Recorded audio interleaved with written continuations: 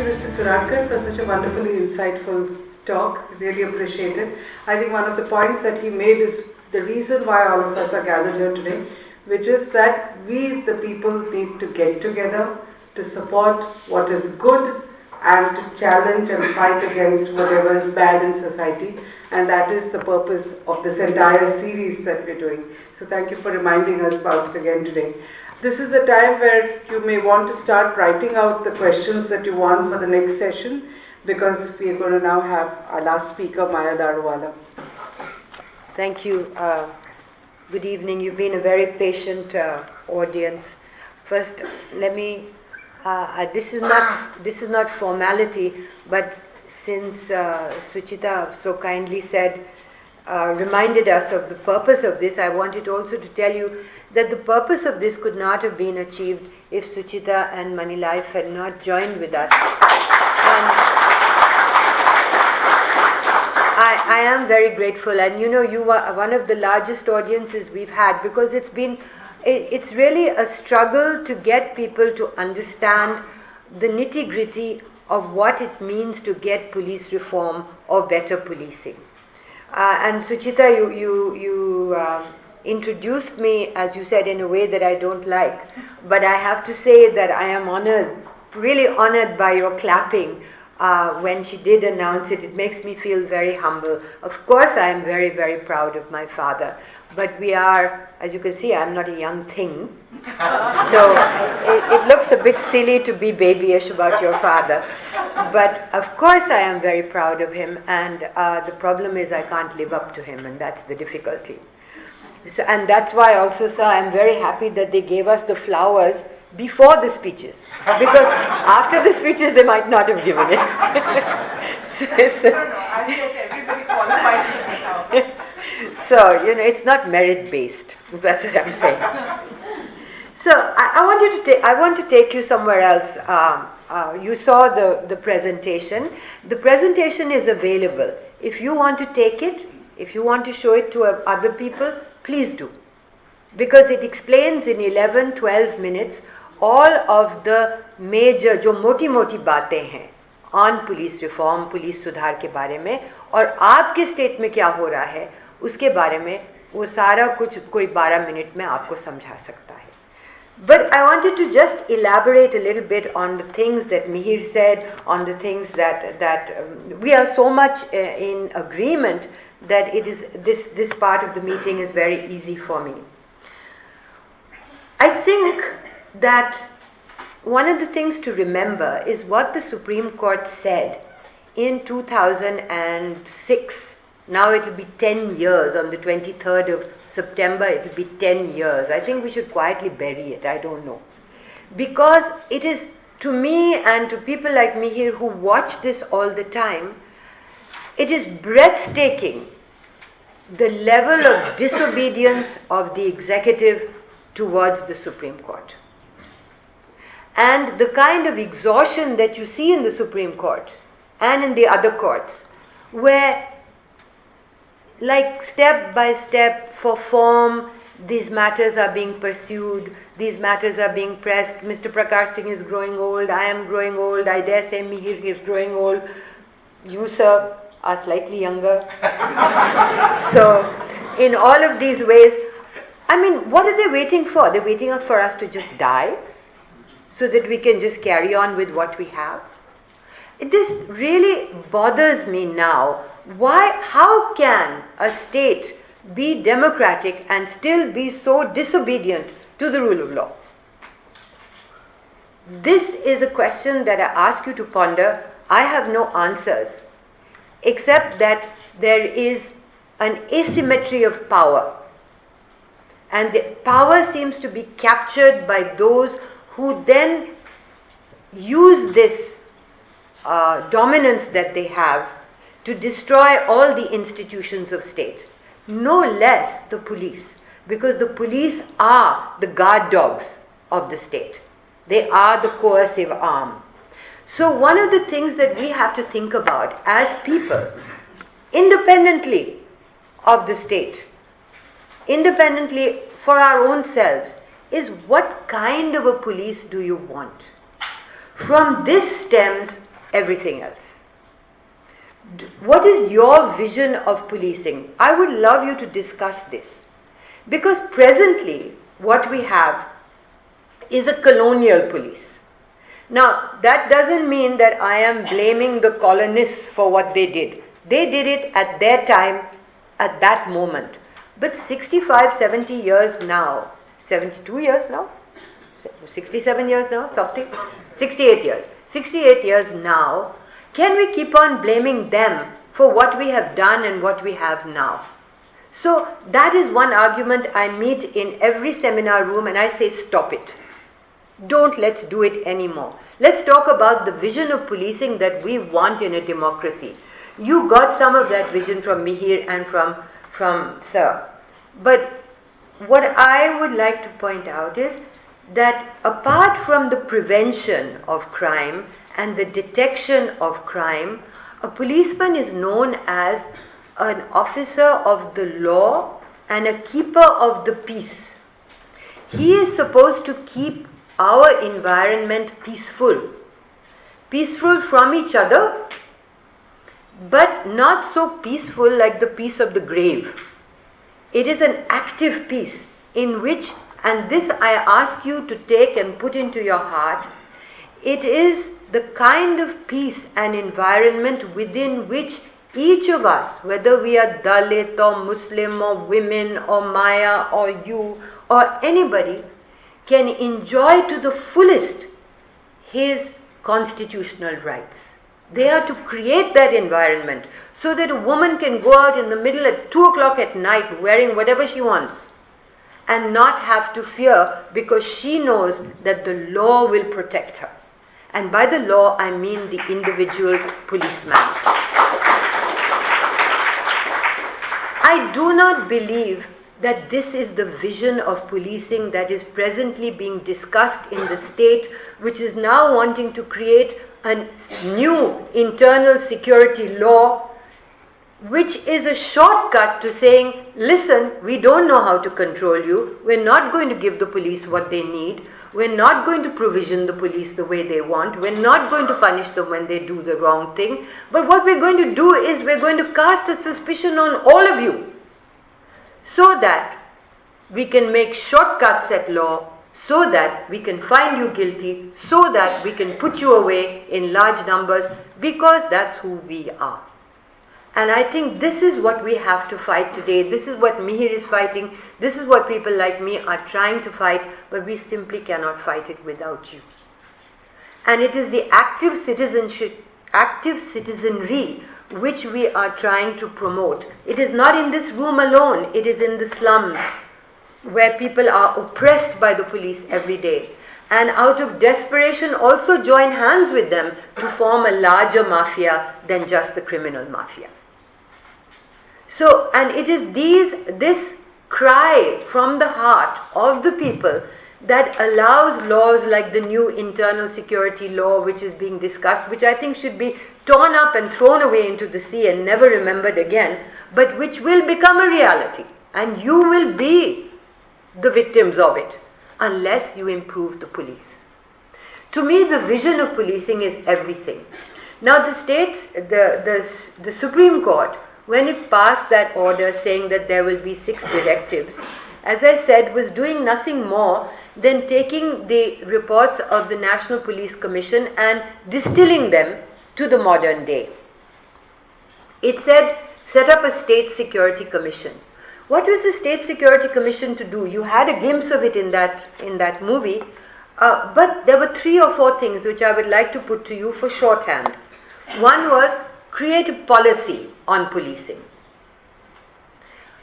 Second was, after you've created the policy and set down the goals, provision the police with manpower, with training, with equipment, with forensics, with investigative skills, so that they can come across that goal. Thirdly, there was performance. Now, ladies and gentlemen, the issue of performance is very boring. It's very technical. But present day performance is what? You keep the crime down in your police station, and I'll keep the crime down in my police station, And if we can't keep the crime down, then we will bite and bark on each other. That is presently what is the policy. And who does that policy come to rest on? It comes to rest on the station house officer, on the PI, on the SI. And the management can say, well, what can we do? We only have these people to look after. These people are lowly. These people are not educated. Arey Baba, who brought them in? Who is training them? Who is responsible for training them? Who is responsible for recruiting them? If you say that I have police like this, it is because of political interference, then why are you leading the police? Go away, go home, become a chokidar, become a babarchi, do whatever you like, but don't say that I am an IPS officer and I am abnegating my responsibility because I can't deal with the kind of class of people that you are picking up for me. It is your job to do that, and that is why you have been given the autonomy to do that. Now, people speak about, in a democracy, people speak about independence of the police. I think we must nuance that. In a democracy, police cannot be independent. They cannot even be autonomous.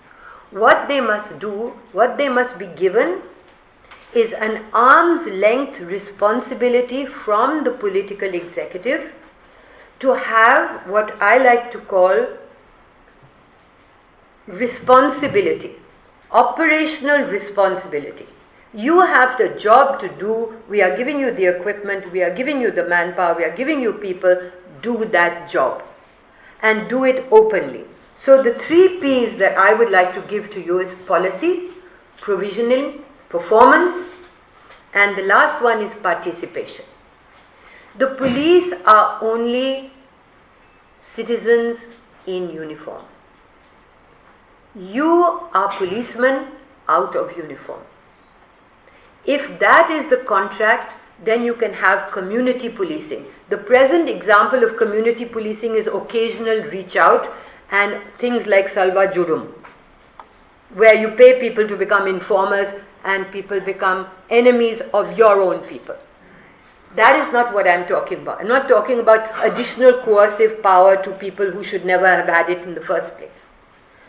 I am talking about participation such that Mullah by Mullah, district by district, you have consultations and you say, police chief, this is what my problem is. I've got liquor problems, I've got problems of land grabbing, I've got problems of theft, my child can't go to school safely. Now, what can you do about it and how can we help? And all of that has to be done within the law. So as I told you, performance as well has to be individual performance, the performance vertically. We always talk about the constabulary performing. How is the management performing in relation to the constabulary? That has to be a give and take. ACRs can't be, this man is good, while you secretly go and muck himself up with a friend and you say, this is wrong, that is wrong. It has to be police station by police station. It has to be comparatives of police station.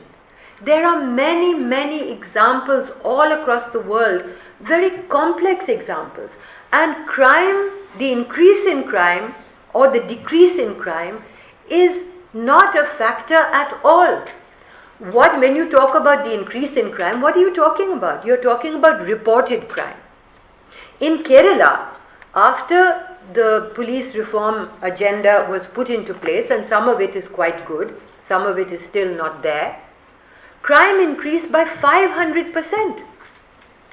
But public trust in the police increased even more because they could report crime. We are talking about reporting crime. If I give you the facts and figures of Maharashtra, which I will perhaps when we are in the Q&A, you will see what I mean.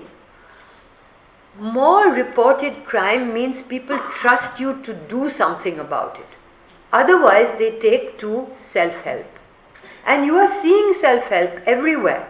Whether it is Naxals on the one hand that have out of desperation taken to arms, it may be ideology. I am not in any defense of these people, not at all. I don't believe in this kind of violence. But whether it is women who then what is the solution to women's safety? Some police department or the other decides that they are going to sponsor karate programs. So must we all become karate champions so that we have to go out because we know that the police or the public cannot protect us? And what is happening? Disrespect for the police, like we saw in Maharashtra the other day when the Visarjan took place, is disrespect for the law, is disrespect for the state. It is a small demonstration of a much larger problem which will come and bite you in the ass, as my father would say, not I. So I do say that you need to be careful. So we are here now. Who is this state of affairs? Kindly analyze. Who is this state of affairs benefiting? Is it benefiting the police? No. Is it benefiting the public? No. Is it benefiting those in power? Yes. So somehow we have to break that nexus. The State Security Commission was an effort at a mechanism which was limited to policing. It was a technical measure. If it had worked, it would have been wonderful. It has worked nowhere by deliberate effort to break it down. Mihir talked about police complaints authorities. I have been tracking police complaints authorities for 5 years and more. And I tell you, they are dead on arrival. They are weakened. They are not given infrastructure. They are not given status. And like the 100 and some other monitoring bodies like the STSC Commission, the National Human Rights Commission, the State Human Rights Commission, the Minorities Commission, the Women's Commission, the police complaints authorities are absolutely impotent bodies, and somebody should stop paying their salaries until they are reformed and made better. They cannot be recommendatory, they cannot have the lowly statement and complete disobedience to their orders from either the political executive or from the state or from the police. Now, my question to the police: why is it that they want to be in the company of bad eggs and bad apples in their own bailiwick? Why? Why do they not welcome a police complaints authority? Why do they resist the orders? Do they want to be this degraded establishment that they are? We have to ask them these questions, and we have to ask them in public, and we have to talk to the media about them. Last point, I would like you, I must finish with a short story. I was in an audience like this, and I hope nobody else has heard me before, because it makes it embarrassing. So I was in an audience like this, and I said, somebody stood up and said, "Madam, have you had any effect to make police reforms happen?" And I said, "No, I haven't, but one day police reforms will come, and I am going to live to see that day." And then somebody from the back stood up and said, "Madam, phir to aap amar hi rahenge." So I hope कि मैं अमर रहूंगी, लेकिन not for this issue. Next 5 years, let's try to do this just to please me. Thank you.